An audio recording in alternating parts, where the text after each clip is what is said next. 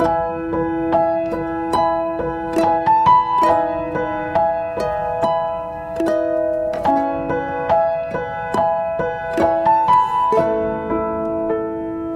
yuk kita berdoa terlebih dahulu. Bapak, terima kasih kalau malam ini hamba-Mu masih diberi kesehatan, kekuatan untuk menyampaikan kebenaran firman-Mu. Karena kami tahu Tuhan, kami mau dengar apa kata-Mu, apa kata firman-Mu yang menjadi kekuatan buat kehidupan kami. Bapak, terima kasih. Urapi bibir lidah hamba-Mu, berkati setiap telinga yang mendengar, biar semua kemuliaan kembali kepadamu di dalam nama Tuhan Yesus. Yang percaya berkata, amin. Ya. Shalom semuanya, Linda, Licu, tetap semangat ya. Indah, Widya, tetap semangat semuanya. Kita percaya bahwa malam ini saya akan berkhotbah tentang siapa takut ya. Sebenarnya hari-hari ini yang Tuhan taruh di hati saya ya. Kadang memang capek, saya tuh baru sampai tadi di Surabaya dari Jakarta. Pesawat saya jam berapa tadi? Jam 7 ya. Hampir jam 7 malam ya. Tapi saya percaya bahwa yang Tuhan taruh di hati saya itu gini. Kita hari-hari ini, iblis itu cuman bisa kasih kekuatan membuat kita takut. Itu hanya karena apa yang diintimidasikan. Tangkep ya. Nah, intimidasi iblis itu bukan yang menentukan hidupmu. Walaupun memang iblis bisa datang dengan fakta. Sekali lagi, apa yang ditaruh di pikiran kita tentang fakta yang nyata memang terjadi ya. Misalnya suamimu nggak pulang, suamimu tadi berduaan dengan wanita, atau misalnya gini, tokomu sepi kan. Nah, hari ke hari sepi kan, sementara tagihan kewajiban berjalan. Nah, kalau itu iblis, dia pasti akan tanamkan terus sampai faktamu yang menimpa saudara, itu saudara mulai renungkan, iya bener, lama-lama bisa bangkrut, iya bener, suamiku tambah luar biasa, perkataannya tambah menyakitkan hati. Tangkap ya. Nah, itu yang dipakai oleh iblis selama dia berjalan, berkeliling, mengaum-ngaum. Tapi senyatanya apa yang diintimidasikan tentang fakta itu sama sekali nggak benar. Iblis nggak punya kedaulatan untuk mengendalikan hidup saudara dan saya dengan fakta. Karena sekali lagi, fakta itu tidak pernah menentukan hidup saudara dan saya. Fakta pasti tunduk kepada kebenaran. Banyak anak Tuhan hari-hari ini, Tuhan tuh mau kita itu banyak dengar firman, banyak dengar kebenaran. Kenapa? Karena ketika kita dengar kebenaran, maka iman itu timbul dari pendengaran akan firman. Waktu kita dengar pendengaran, imanmu bangkit, maka senyatanya kalau iman kita bangkit, itu kemenangan loh saudara. Saudara percaya? Karena kenapa? Tuhan itu selalu berkata gini, jadilah menurut imanmu. Tapi iman kita jangan naik turun. Tangkep ya. Kalau naik turun, Alkitab berkata, tidak akan memperoleh sesuatu. Makanya kenapa Tuhan taruh di hati saya untuk terus memperkatakan firman, walaupun yang simpel-simpel aja, yang tidak sulit-sulit. Karena hal yang simpel itu paling gampang ketika kita ingat. Waktu iblis lempar fakta, saudara jangan diam. Kalau kita diam, maka kita akan terus dikuasai untuk dicuri, dibunuh, dibinasakan. Makanya kita harus punya senjata juga. Iblis lempar fakta, kita harus lempar firman. Tangkap ya. Karena iblis itu hanya bisa lari ketika kita melawan iblis dengan iman yang teguh. Lah, iman yang teguh dari pendengaran akan firman. Tangkap ya. Jadi percayalah hari ini, kalau saya ditaruh Tuhan untuk terus mewartakan firman, walaupun nggak usah berat-berat. Tuhan tuh ingatkan yang gampang aja diingat, supaya ketika hari-hari ini fakta itu mulai muncul, fakta buruk muncul, nggak ada dasar berharap, iblis lempar, kita jangan diam, kita lempar balik. Apa yang dilemparkan iblis itu dengan melempar firman. Tangkep ya. Jadi waktu kita melempar firman, iman kita teguh, maka itu kemenangan. Kenapa? Karena jadilah menurut imanmu. Nah, malam ini saya akan berkhotbah tentang siapa takut. Ya, tidak ada alasan untuk saudara dan saya hari ini mau belajar untuk menjadi takut. Sekalipun memang faktanya, realitanya sangat menakutkan. Ada banyak orang bilang gini, horor bu, horor bu. Realita fakta yang terjadi horor, bonyok, hancur bu. Nggak ada bukti baik. It's okay. Jangan pernah takut karena hidupmu bukan ditentukan oleh fakta, tapi hidupmu ditentukan oleh setiap perkataan firman yang diucapkan oleh Tuhan. Makin saudara sering memperkatakan firman, selain iman yang timbul dari apa yang saudara perkatakan, perkataan firman itu apa? Firman Bilangan 14 ayat 28. Seperti yang kamu ucapkan di hadapanku, demikian akan kulakukan. Hari ini kalau kita mengucapkan firman, melempar firman, jelas iblis paling takut. Kenapa? Iblis mungkin tidak takut dengan kita, tapi waktu Tuhan melakukan apa yang diucapkan, iblis paling takut. Lah kalau Tuhan yang bertindak, Tuhan yang berperang, Tuhan yang bekerja, maka iblis itu pasti hancur, saudara. Pasti iblis melihat ada perkara besar yang terjadi waktu kita memperkatakan firman. Seperti yang kamu ucapkan di hadapanku, demikian akan kulakukan. Makanya hari-hari ini Tuhan taruh di hati saya, Eli, setiap kali aku kasih engkau hikmat, engkau perlu menyampaikan walaupun hal yang sederhana, karena ini penting buat senjata-senjata anak-anakku di akhir zaman. Mereka bukan harus kaya materi, makin kaya makin mudah iblis menjatuhkan, tapi setiap anak-anakku hari-hari ini harus kaya firman.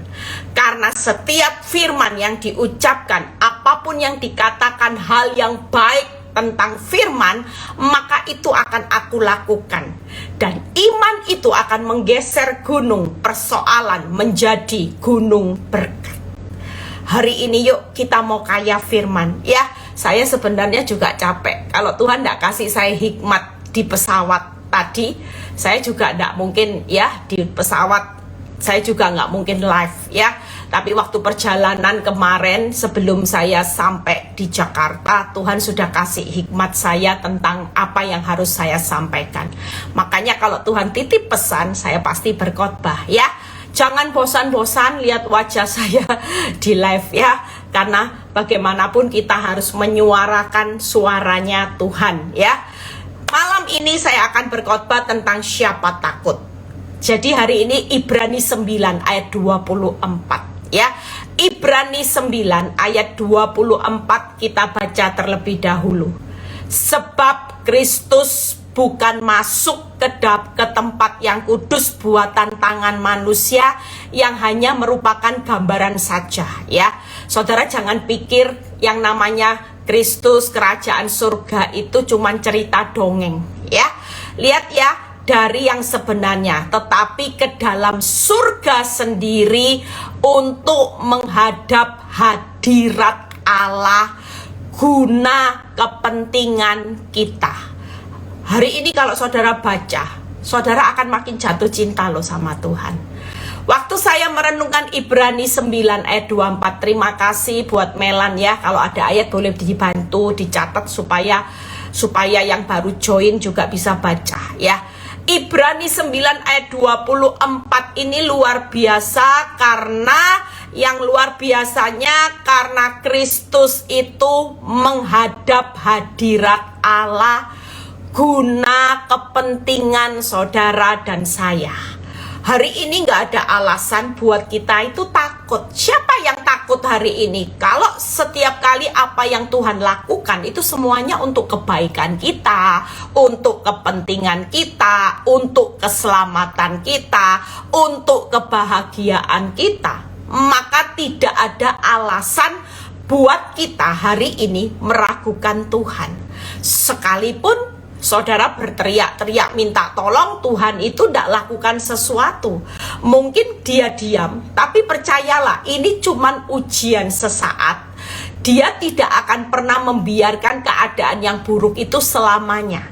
Bahkan Tuhan sudah tahu apa yang harus dia lakukan untuk menolong saudara dan saya saat ini. Amin. Nah, di Yesaya 45 ayat 5 itu berkata seperti ini. Yesaya 45 ayat 5. Akulah Tuhan dan tidak ada yang lain, kecuali aku tidak ada Allah. Aku telah mempersenjatai engkau sekalipun engkau tidak mengenal aku. Hari ini percayalah, Yesaya 45 ayat 5 itu berkata bahwa akulah Tuhan, tidak ada yang lain, kecuali aku tidak ada Allah. Bahkan Tuhan telah mempersenjatai saudara dan saya. Tuhan tuh luar biasa ya. Saya tuh bisa bayangin Tuhan ada di surga. Mungkin tidak pernah mikir apa selain manusia loh. Tuhan itu sampai mikiri keselamatan manusia, kebahagiaan manusia, kepentingannya manusia. Bahkan dia itu meninggalkan kita naik ke surga. Dia mempersenjatai kita dengan roh Allah. Dia mempersenjatai kita dengan firman. Di mana kita hari ini sudah dipersenjatai dengan malaikat, roh Allah, firman, itu semua menjadi senjata ya, menjadi perlindungan yang melindungi saudara dan saya sementara kita menantikan kedatangan Tuhan. Percayalah, malam ini saya akan memperjelas bagaimana hari ini tidak ada alasan untuk saudara dan saya takut ya. Ibrani 13 ayat 9 itu ayat yang membuat saudara sadar ya. Ibrani 13 ayat 9 ini ayat yang menjadi masukan buat kita, menjadi kita kaya akan firman. Yesus Kristus itu tetap sama, baik kemarin maupun hari ini dan sampai selama-lamanya. Tangkep ya. Ibrani 13 ayat 9 itu berkata sekali lagi, Yesus Kristus itu tetap sama, baik kemarin, hari ini, dan selama-lamanya. Jadi apapun hari ini bisa berubah. Suamimu boleh berubah ya. Apapun keuangan bisa berubah. Mungkin keadaanmu bisa berubah. Semua bisa berubah. Tapi hari ini yang membuat kita tidak perlu takut bahwa Yesus Kristus itu tetap sama. Dia tidak pernah berubah. Dia tetap berposisi sebagai Tuhan. Dia tetap pegang kendali hidup saudara. Dia sudah mempersiapkan yang namanya keselamatan, kebahagiaan, kepentingan kita. Bahkan kita sudah dipersenjatai. Nah, kita lihat lompat di Ibrani 9 ayat 11 sampai 12. Kita melihat bagaimana hari ini kita tidak perlu takut. Kenapa? 3 alasan ini. Ibrani 9 ayat 11 sampai 12. Kita sudah sadar ya, dari firman yang kita bahas, kita tahu Tuhan itu berkorban, selalu memikirkan apa yang jadi kepentingan saudara, termasuk kebutuhan saudara di masa sukar ya, termasuk bagaimana menolong saudara melenyapkan segala kelemahan dan sakit penyakit. Dia sudah punya apa yang hari ini harus dia lakukan. Nah, Ibrani 9 ayat 11 sampai 12 itu berkata seperti ini.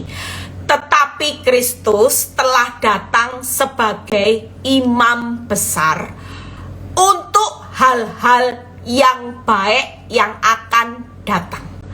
Jadi Yesus datang itu yang pertama, dia itu sebagai imam besar. Tangkap ya. Untuk apa? Untuk hal-hal baik yang akan datang.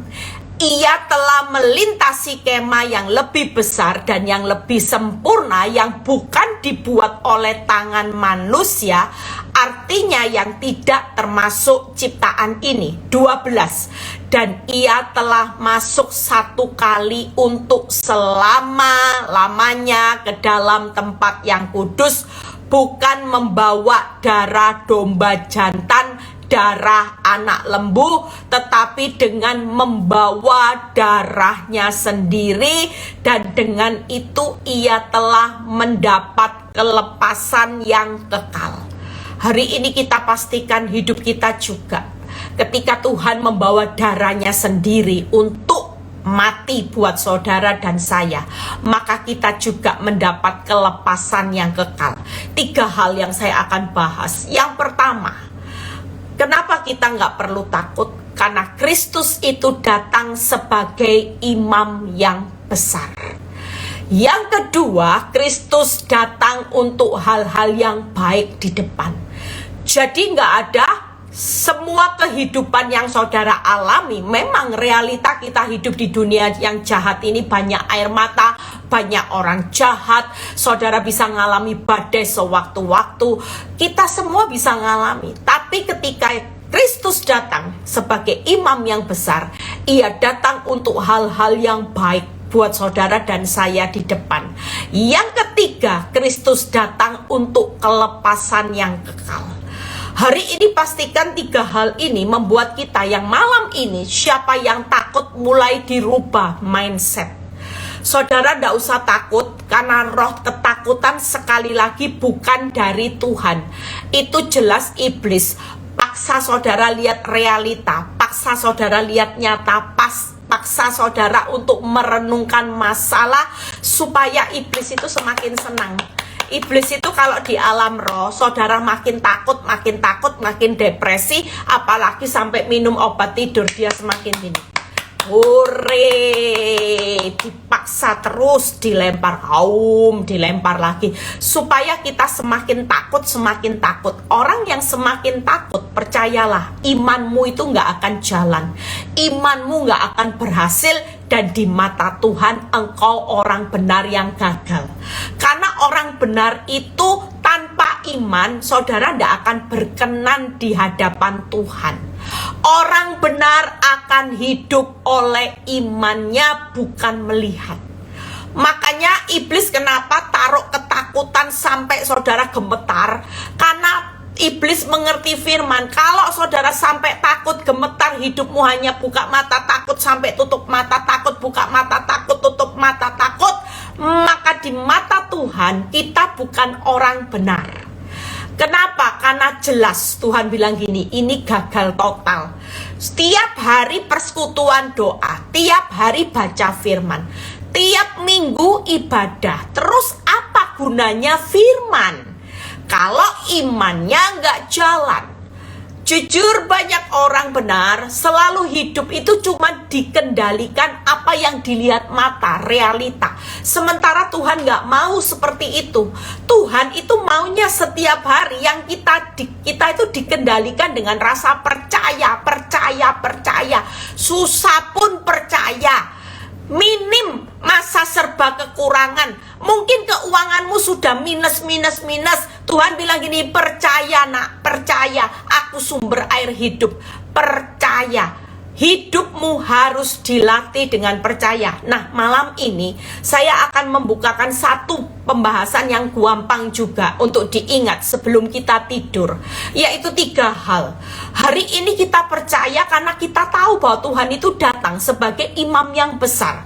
Yang kedua, dia datang itu bukan untuk hal-hal yang buruk, tapi untuk hal-hal yang baik di depan. Berarti kalau hari ini dia izinkan saudara ada di dapur api, maka itu bukan menjadi masalah lagi buat Tuhan. Karena di pemandangan Tuhan, malam ini dia bilang gini, nak, api makin panas, itu untuk hal-hal yang baik di depan.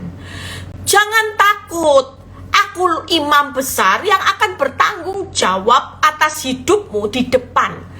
Justru yang buruk masa sekarang ini untuk kebaikanmu di depan, dan itu nilainya kekal. Ada kelepasan kekal. Yang ketiga, makanya jangan pernah protes saat diproses.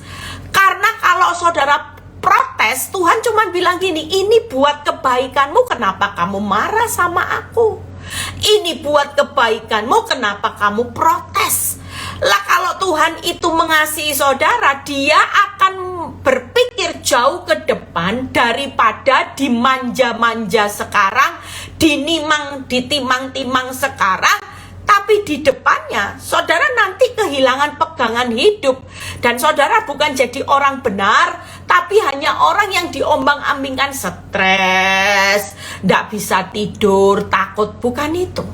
Mental pemenang itu akan selalu berkata, sekalipun aku belum melihatnya, namun aku percaya. Itu mental pemenang. Jadi kalau punya mental yang selalu berkata jangan-jangan, nah ini bukan orang benar. Apa yang saudara dengar setiap hari lewat firman, saudara harus yakini bahwa firman itu Allah sendiri, bukan janji belaka. Kalau dia berkata hari ini, di saat kelemahanmu lah kuasaku jadi sempurna, itu bukan hanya sekedar asbun, tapi benar-benar dia lakukan itu pada saat saudara lemah. Dia sedang bekerja, bertindak, berperang, menyempurnakan kuasanya di dalam hidup saudara dan masalah saudara yang ada di luar. Kalau yang di dalam ini sudah sempurna, lulus, percayalah, bonus itu pasti mengikuti. Satu pintu pasti buka banyak pintu, itu pasti digenapi. 3 hal, yuk kita lihat. Kalau Kristus datang sebagai imam yang besar, ya, saudara lihat di Ibrani 4 ayat 15. Ibrani 4 ayat 15. Sebab imam besar yang kita punya bukanlah imam besar yang tidak dapat turut merasakan kelemahan-kelemahan kita. Sebaliknya sama dengan kita, ia telah dicobai, hanya tidak berbuat dosa. Percayalah Ibrani 4 ayat 15. Hari ini sepertinya gini, kalau Tuhan itu berkata, nah aku tahu kok rasanya lemahmu itu, aku tahu. Kira-kira Tuhan bisa merasakan bagaimana sakitnya saudara disakiti pasangan hidup, bagaimana rasanya waktu saudara yang tadinya kaya sekarang jadi hidupmu berkurang, ya, mungkin arahnya bangkrut, saudara mulai ditinggal orang-orang, saudara mungkin dijauhi, dicueki, dihina-hina orang. Kira-kira Tuhan bisa merasakan enggak? Kira-kira Tuhan bisa merasakan enggak ketakutan saudara akan kebutuhan hidup di tengah masa-masa yang sulit ini? Kira-kira Tuhan tahu enggak? Tuhan jelas tahu. Karena jelas firman Tuhan berkata, imam besar yang kita punya bukanlah imam besar yang tidak dapat merasakan. Hari ini percayalah, di tengah keadaan yang sulit, Tuhan itu merasakan. Di tengah engkau hari ini ditagih debt collector, di tengah engkau dipermalukan orang, disakiti, Tuhan bisa merasakan. Makanya tidak ada alasan untuk takut kalau Tuhan yang besar bisa merasakan setiap kelemahan saudara dan saya. Yang berikutnya, ya, sebaliknya dia dicobai tapi dia tidak berbuat dosa. Sama-sama kita. Bedanya dia tidak bisa berbuat dosa, tapi kalau kita dicobai, diuji, kita kadang marah, sakit hati, bukan hanya kadang, sering kali marah, sakit hati, hidup takut, ya, hidup nyimpang sana, nyimpang sini, korupsi, hidup ambil suami orang, dan sebagainya, dan sebagainya. Nah, kita lihat di Matius 9 ayat 36 kita baca. Oh, sebentar. Matius 9 ayat 35 sampai 37 kita baca. Matius 9 ayat 35 sampai 37. Demikianlah Yesus berkeliling ke semua kota dan desa.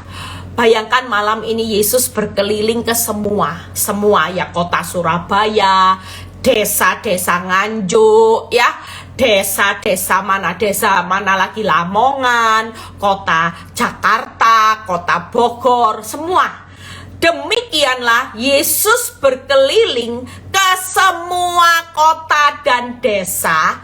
Ia mengajar dalam rumah-rumah ibadat dan memberitakan Injil kerajaan surga serta melenyapkan segala penyakit dan kelemahan. Waktu saya baca ayat ini saya bilang gini, berarti Tuhan ini, kalau Tuhan ini bekerja, Tuhan waktu di dunia dia itu punya kepentingan buat manusia, yaitu paketnya 3. Dia mau memberitakan Injil karena Injil itu kekuatan, iman timbul dari Injil, dan di samping paket berikutnya dia mau melenyapkan kelemahan dan penyakit.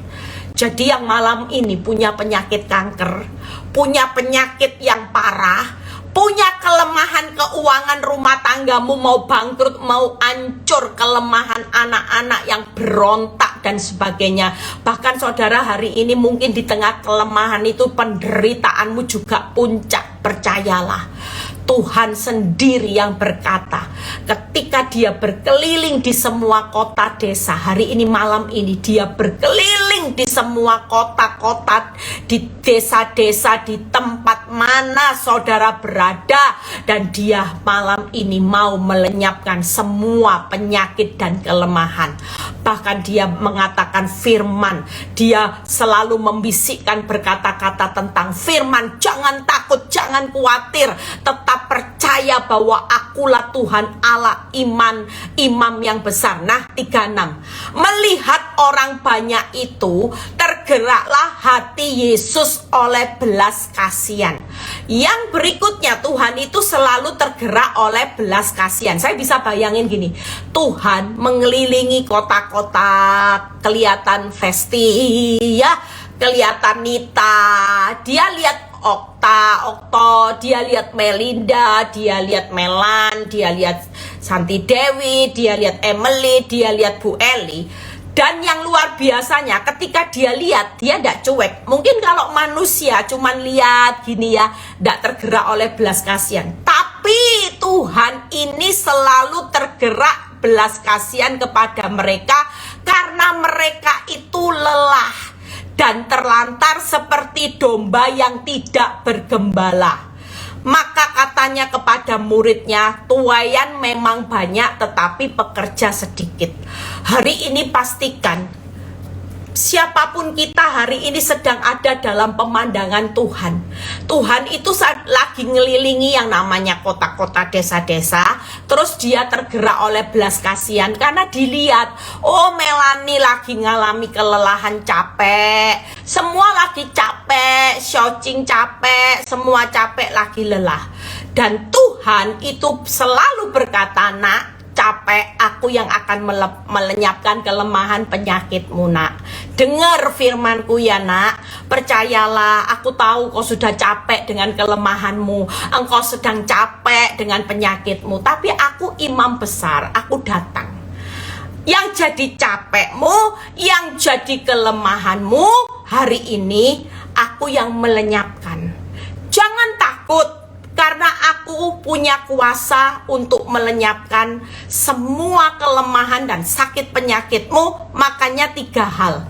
Kalau kita punya imam besar yang lagi keliling ke kota-kota, ke desa-desa, ya seluruh. Hari ini percayalah, kuasa Tuhan itu berkeliling. Dia sudah lihat banyak orang capek, banyak orang lelah. Makanya dia punya belas kasihan.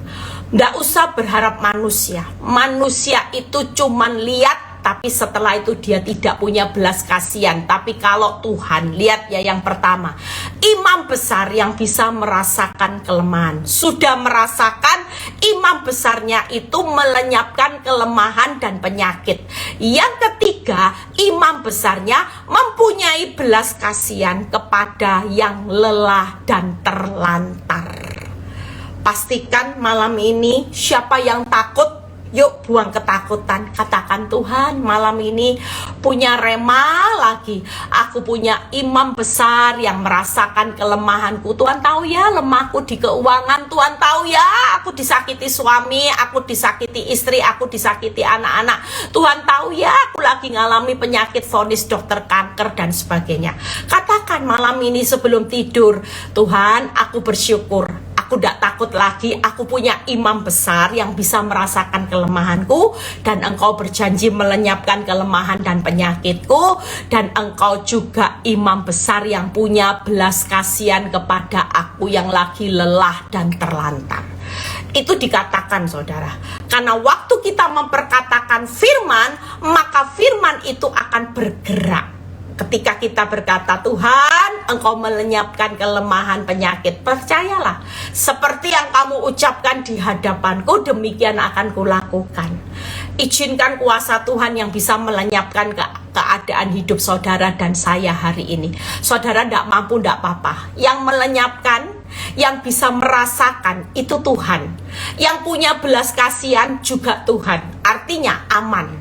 Dia tahu rasanya gimana, dia tahu caranya gimana melenyapkan kelemahan. Dia punya belas kasihan yang tidak manusia punya.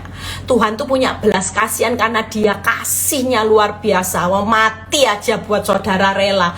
Kalau belas kasihan Tuhan tuh tidak ada tandingannya. Percayalah, hari ini penundaan jawaban doa. Tidak usah takut karena belas kasihan Tuhan berbicara. Hasilnya bukan baik, bukan lebih baik, tapi penundaan Tuhan selalu berkata hasilnya terbaik. Karena belas kasihan. Jujur di tengah masa keuangan yang sulit, kalau belas kasihan Tuhan itu sudah bicara. Seperti waktu dia melihat 5.000, bagaimana 5.000 hanya punya 5 roti 2 ikan. Tuhan itu tergerak oleh belas kasihan. Bagaimana 5 roti 2 ikan jadi 5.000. Ketika Tuhan tergerak belas kasihan melihat Maria, Lazarus yang sudah mati busuk bangkit. Percayalah malam ini saudara diperhadapkan dengan Tuhan yang imam besar yang punya belas kasihan.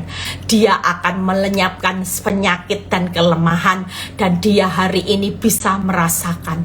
Jangan takut, engkau tidak berjalan sendiri, tapi kita bersyukur kita punya imam besar. Yang kedua, ya, jadi percaya ya, imam besarnya itu baik, punya belas kasihan. Hal-hal yang baik, yuk kita lihat di Yesaya 45 ayat 6-7 ya, 6 dan 7. Satu pembahasan lagi kita selesai.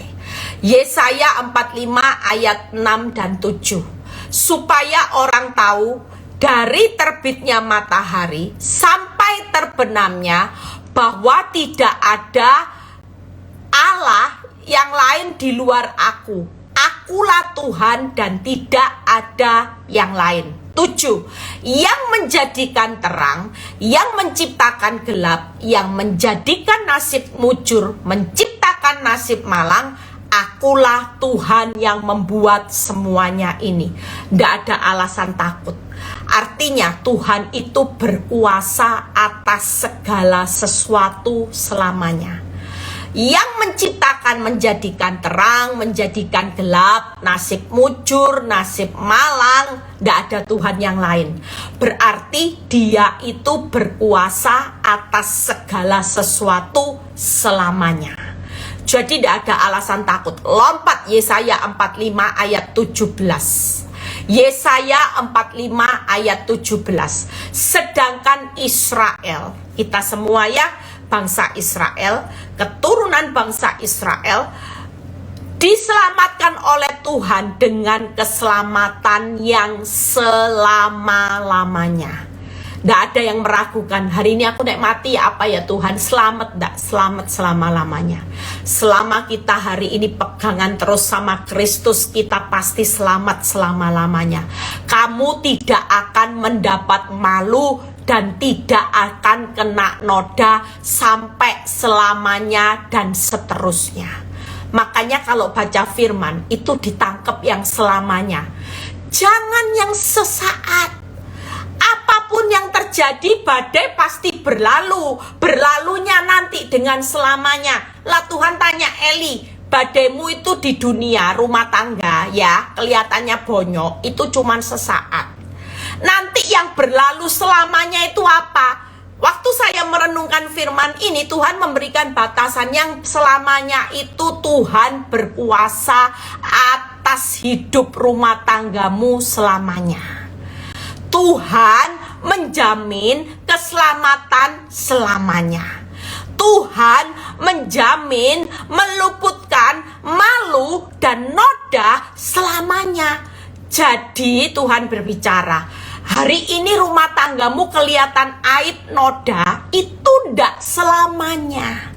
Karena yang selamanya itu adalah kuasaku yang berkuasa atas segala rumah tanggamu. Yang kedua, keselamatan itu selamanya, dan noda, malu itu tidak akan selamanya seterusnya. Itu berlalu. Berlalunya dengan apa? Malu dan noda, kemuliaanku, kemenanganku, berlalunya dengan janjiku. Tangkep ya? Makanya hari ini tidak perlu takut.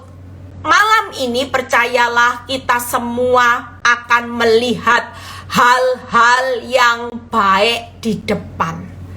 Yang pertama, Tuhan berkuasa atas hidup seluruh kehidupan saudara dan saya, baik itu rumah tangga, keuangan, dia yang jadi nasib mujur, nasib malang, gelap, terang, hoki, semuanya kebahagiaan, dia punya kuasa atas segala sesuatu.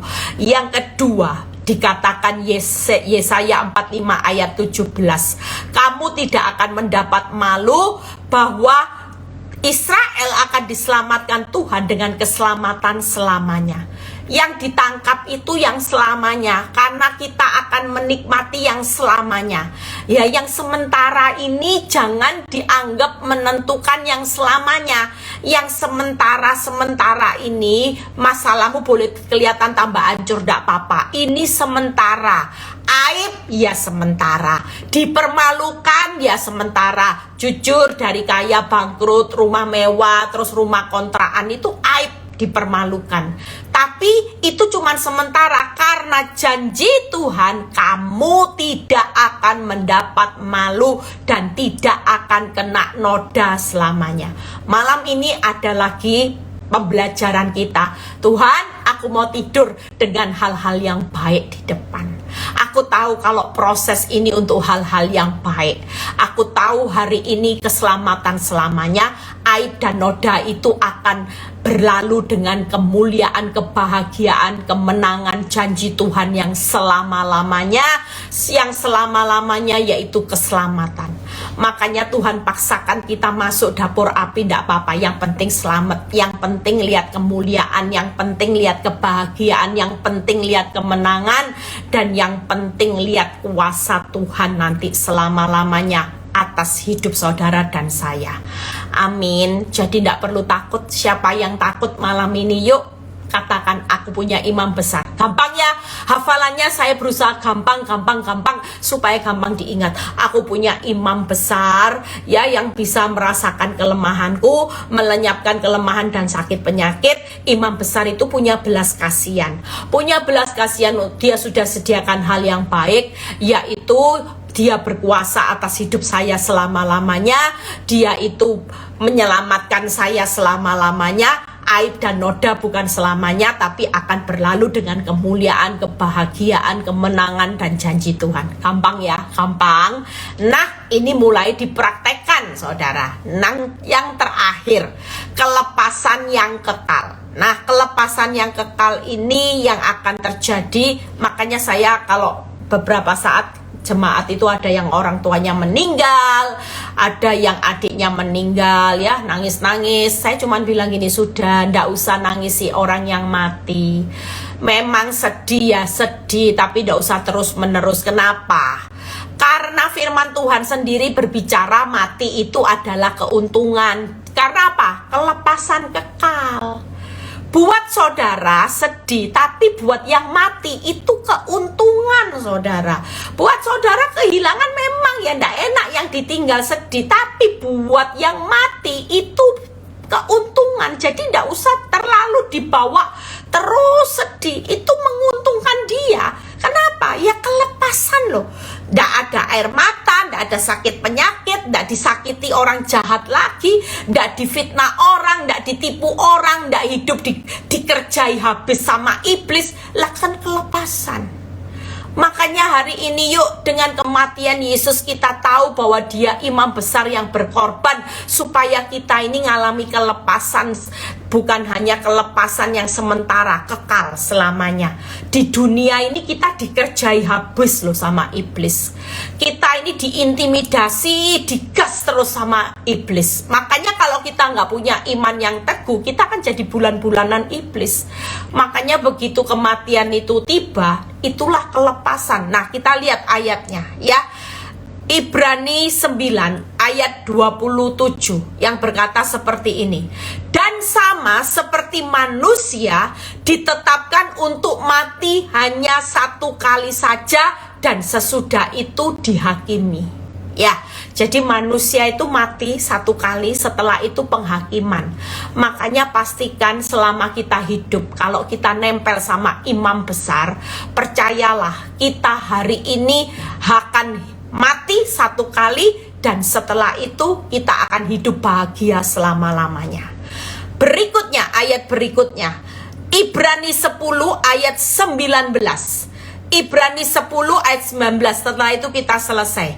Jadi saudara-saudara ya, Wahyu 21 ayat 3 sampai 4. Wahyu 21 ayat 3 sampai 4. Kita baca. Wahyu 21 ayat 3 sampai 4. Keliru. Lalu aku mendengar suara yang nyaring dari tahta itu berkata, lihatlah, kemah Allah ada di tengah-tengah manusia dan ia akan diam bersama-sama dengan mereka. Wow, keren ya. Makanya kelepasan kekal menguntungkan itu karena nanti kita ini ada bersama-sama dengan Allah. Ia akan diam bersama-sama dengan kita. Saudara dan saya nanti diam sama-sama. Enak ya ketemu Tuhan. Wow, kalau sekarang kan nggak bisa lihat wajahnya Tuhan. Kita cuman bisa deket sejauh batas doa sama firman. Tapi nanti kita ketemu. Nah, lihat ya, mereka akan menjadi umatnya dan ia akan menjadi Allah mereka. Kita akan diam bersama-sama Allah dan umatnya itu, kita akan diam bersama-sama nanti. Ayat yang keempat. Dan, nah ini luar biasa, ia akan menghapus segala air mata dari mata mereka. Nggak ada air mata lagi. Nanti kalau sudah di kekekalan itu saudara, isinya cuman ketawa gitu. Reuni akbar ketawa. Nggak ada orang yang nyakiti kita, nggak ada saudara. Lihat ya. Dan maut tidak akan ada lagi, tidak akan ada lagi perkabungan atau ratap tangis atau duka cita, sebab segala sesuatu yang lama itu telah berlalu. Jadi masalah hidup di duniamu pasti berlalu. Uangmu yang banyak ya berlalu, ndak dibawa pulang. Segala sesuatunya nanti bersama Tuhan itu di kekekalan itu sudah berbeda. Kita sudah ndak mikiri sakit hati, ndak mikiri jen. Kenapa? Karena kita sudah hidup sebagai penyembah dalam roh dan kebenaran. Makanya malam ini yuk persiapkan diri kita. Jangan takut, sudahlah kalau waktunya mati, ndak usah takut dengan kematian. Wong firman Tuhan sudah berkata, mati itu hoki. Mati itu cuman istirahat dari rasa capekmu di dunia, dikerjai iblis, ada orang jahat, engkau harus ngalami dapur api. Di kekekalan ndak ada. Yang pertama, bagaimana kita ini ngalami kelepasan kekal, makanya nggak usah takut kalau mati keuntungan, karena mati itu kelepasan kekal, yaitu Tuhan menghapus segala air mata dari mata kita. Tuhan membebaskan kita dari maut, sudah tidak ada lagi kematian, hidup kekal selama-lamanya. Yang ketiga, Tuhan membebaskan kita dari perkabungan, ratap tangis, dan duka cita. Di dunia minta panjang umur, dikasih panjang umur, maka juga panjang yang namanya perkabungan, ratap tangis, dan duka cita. Itu jadi satu paket. Selama kita berdoa minta panjang umur, Tuhan berbicara juga panjang yang namanya ada perkabungan, ratap tangis, dan duka cita. Makanya malam ini bersyukurlah ya. Siapa yang lagi berduka cita kehilangan orang yang dicintainya, orang yang disayangi, malam ini yuk move on. Memang sedih, ndak bisa ketemu, ndak bisa say hello ya, ndak bisa gitu ya. Tapi percayalah, yang sudah meninggal itu ngalami keuntungan karena hidupnya ngalami kelepasan kekal. Sama saudara dan saya waktu meninggal nanti kita juga ngalami kelepasan kekal. Kita akan bertemu dengan Bapa di surga, muka sama muka gini, mata sama mata, lihat Bapa di surga. Dan kita percaya kelepasan kekal, ndak ada air mata, ndak ada maut lagi selamanya, ndak ada yang namanya perkabungan, ratap tangis, dan duka cita. Makanya malam ini yuk kita ndak ada takut ya. Siapa takut? Ndak. Hari ini percayalah, siapa takut menghadapi kehidupan yang makin sulit, karena kita punya imam besar. Yang pertama, Tuhan datang sebagai imam besar. Gampang ya, yuk direview lagi, diinget-inget. Kita percaya hari ini semua nggak ada yang tahu saudara ya. Banyak orang juga yang hari-hari ini ngalami goncangan yang hebat. Yang tadinya enak-enak ya, yang tadinya baik-baik, yang tadinya makmur jaya, lagi ngalami goncangan besar sampai usahanya sepi, jual aset. Sudahlah, namanya sesaat. Saya itu bisa bayangin gini ya. Kalau kita ini kan dipersiapkan jadi mempelainya Kristus, kan ya. Nah, calon mempelai Kristus yang dikejar itu apa? Perhiasan. Tentu kalau mempelai Kristus kita harus mempersiapkan perhiasan. Perhiasan itu berbicara apa? 9 buah roh, ya. Jadi kita harus siap loh, karena itu perhiasan kita. 9 buah roh itu perhiasan kita. Yang kedua, calon mempelai Kristus itu harus pakai jubah putih. Wahyu itu berbicara, artinya kita harus menjaga kekudusan juga ya, menjaga setiap perbuatan karakter Kristus. Yang ketiga, kita harus pakai apa? Kasut. Nggak mungkin mempelai Kristus nggak pakai kasut. Nah, kasut berbicara apa? Kerelaan. Hari ini kita rela aja diproses, dipercantik, didandani. Karena mempelai Kristus nggak mungkin jelek saudara. Yang didandani bukan kita operasi di Korea ya, facelift, bukan itu. Yang didandani sama Bapak di surga sebagai calon mempelainya, itu yang di dalam. Makanya kita didandani cantik lewat proses rela aja. Toh semua ini kan untuk kebaikan kita. Makanya malam ini yuk siapin perhiasan kita sebagai calon mempelai Kristus 9 buah roh. Jubahnya harus putih, jaga kekudusan, jaga respon yang benar, jaga berjaga-jagalah atas karakter Kristus. Yang ketiga, punyalah kasut ya. Kasut itu kerelaan. Hari ini proses tambah berat, it's okay. Karena Tuhan lagi dandani, di make up, di makeover. Ya, yang tadinya suka marah jadi sabar, yang tadinya suka bersungut-sungut belajar mengucap syukur. Itu kita lagi didandani. Nggak usah takut. Kenapa? Karena yang mendandani itu adalah imam besar, ya. Tuhan itu datang sebagai imam besar. Yang kedua, Kristus itu datang untuk hal-hal yang baik di depan. Yang ketiga, Kristus datang untuk kelepasan yang kekal. Diingat sebagai imam apa? Bisa merasakan, melenyapkan kelemahan dan sakit penyakit. Tuhan punya belas kasihan. Yang kedua, kalau untuk hal yang baik di depan itu berarti yang pertama, Tuhan itu berkuasa atas segala sesuatu dalam hidup saudara dan saya.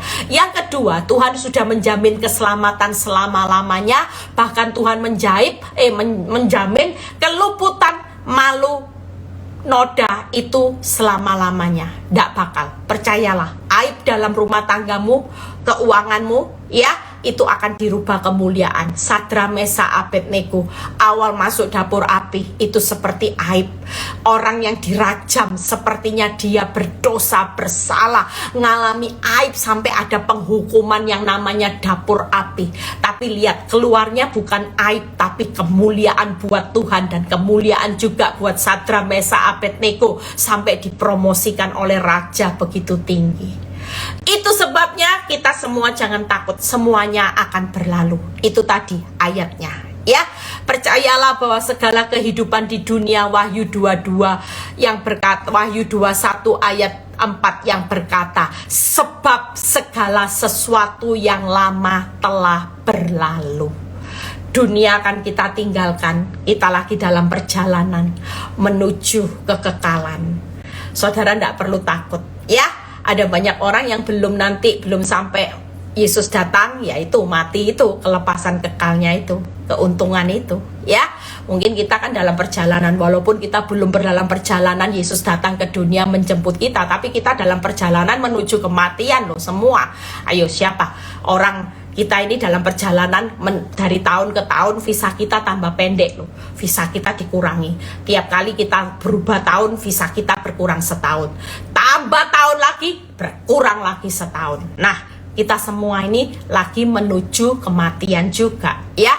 Menuju ketemu Yesus, menuju menyambut kedatangan Kristus. Kita tidak tahu apakah kita bisa sempat, ya, melihat kedatangan Kristus atau sebelumnya kita sudah mati terlebih dahulu. Tapi kematian itu keuntungan, karena kita tidak perlu takut sampai akhir hidup kita. Yesus sudah jamin kelepasan kekal, karena dia memberikan darahnya sendiri mati buat saudara, kelepasan kekal. Makanya tetap semangat, malam ini tidak usah takut, ya. Ada teman saya yang bilang gini, aku sudah request sama Tuhan, kalau aku mati, aku maunya sudah request dari beberapa tahun. Tuhan, kalau aku mati, aku maunya tidur sudah tidak bangun-bangun lagi. Tahu-tahu sudah ke Taman Firdaus, ya. Dan dia bilang gini, aku request nanti pokoknya tidak mau tua-tua. Kalau tua-tua menderita, tidak enak hidup sama Bapak di surga. Nah, itu orang yang sudah punya iman yang luar biasa, saudara, ya. Dia bilang gini, buat apa toh hidup di dunia lama-lama, wong di dunia ini penuh air mata, paketnya itu tadi duka cita, penderitaan, ya, perkabungan. Nah, ini dunia, saudara. Makanya kita tidak perlu takut. Dia sampai bilang gini, aku sudah request, pokoknya kalau mati minta tidur, tidak bangun, pindah, tidak usah lama-lama di dunia, karena aku tahu di kekekalan ketemu Bapak di surga itu enak. Tidak ada air mata, tidak ada perkabungan, ratap tangis, duka cita, tidak ada maut, ya. Damai sejahteranya itu luar biasa. Makanya itu kita semua tidak perlu takut, ya. Kematian itu kelepasan kekal, keuntungan buat kita semua. Makanya tidak ada alasan untuk takut. Hari ini kita punya imam besar yang akan bertanggung jawab atas setiap kelemahan saudara. Hari ini Tuhan sudah persiapkan untuk hal-hal yang baik di depan.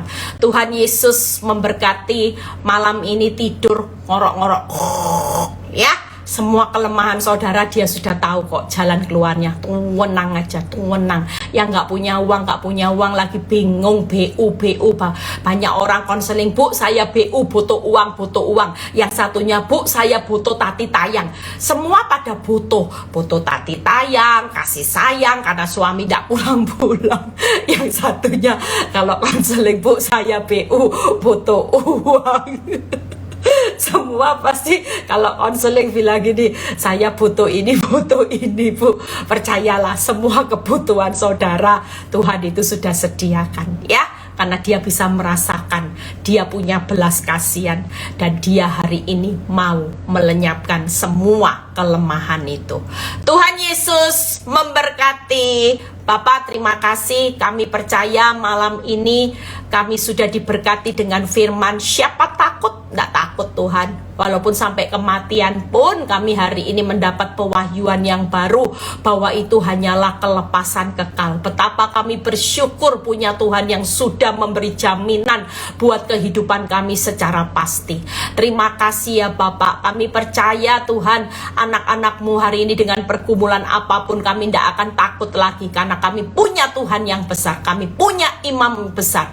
Kami tidak akan mengalami noda selamanya. Semuanya akan berlalu. Yang lama sudah berlalu. Hari ini kami sedang menuju sesuatu yang baru bersama Tuhan. Kalau sebentar kami mau berpisah satu dengan yang lain, kami percaya Tuhan memberkati kami yang dicintainya pada waktu tidur. Terimalah berkat Tuhan, berkat Abraham, Ishak, Yakub. Damai sejahtera Allah Bapa, Putra, dan Roh Kudus menyertai saudara dan saya mulai malam ini sampai Maranatha Tuhan Yesus datang kedua kali. Yang diberkati dan percaya berkata amin. God bless semuanya. Good night ya.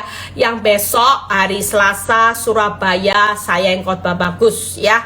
Datang besok Selasa Surabaya onsite, Rabu juga saya Jakarta onsite ya. Yang ada di Manado ketemu Jumat ya. Jumat yang ada di Manado, saudara bawa jiwa-jiwa. Sampai ketemu yang di Surabaya, Jakarta, dan Manado. Tuhan Yesus memberkati.